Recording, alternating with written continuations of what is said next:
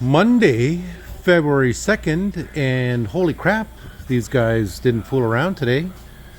They've got the 1955 red wide gauge winched up into the shop into the number one position, which freed up all this spot here, which I got to sweep up. But look at this, engine back in place.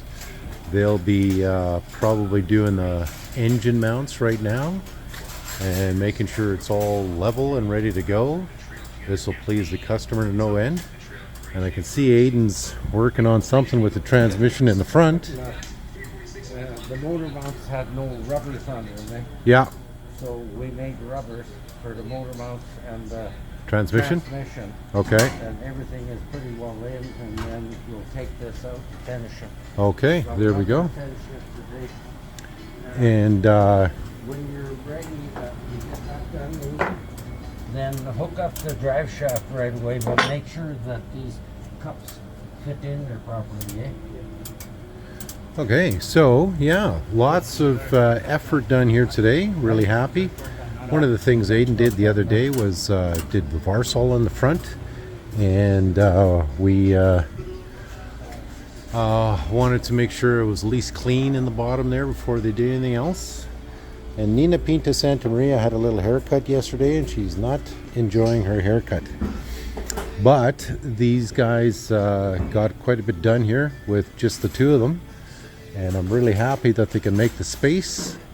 And I'm going to take a bunch of photos here for the client and let them know their progress. And depending on what's left on this machine, they might be able to come pick it up very soon because they need it for their winter fishing operations. So productive day so far, and it's only Monday. The Puckatawagan train is heading north. Okay, Puckatawagan train's heading north. Puckatawagan train heads into town a couple days a week here, and Dad just let me know it's leaving town today. What are you doing here today? It looks like you're working on something with the transmission. Yeah, we drained the old oil out of this one. Was it black? Yeah, it was like asphalt. Really? Yeah. Yeah. Pretty nasty. And then we put a splash of Varsol in the motor and ran it over for a while to clean it out a bit more. Okay. New filter on it. We didn't put oil in it yet.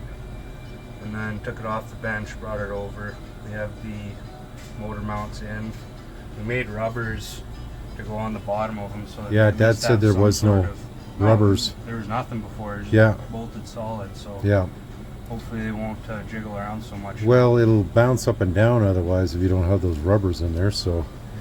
But hopefully the drive shaft doesn't need any work, and we can just connect that up and see how it operates. But still got to get finished on what they're doing here. And what do you figure, a couple more days or what?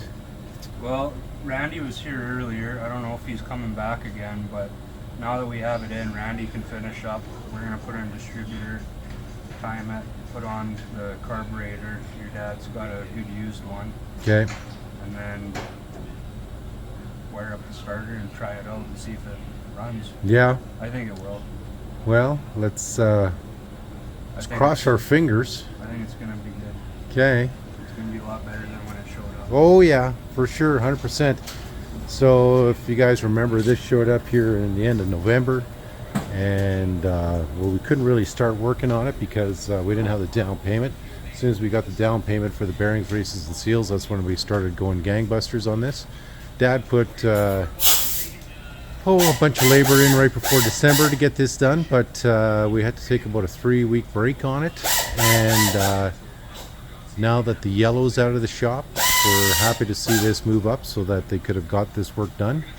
I'm really happy with their progress here, and Dad will maybe fill me in on what's going on more shortly. My pecker-headed cat, eh?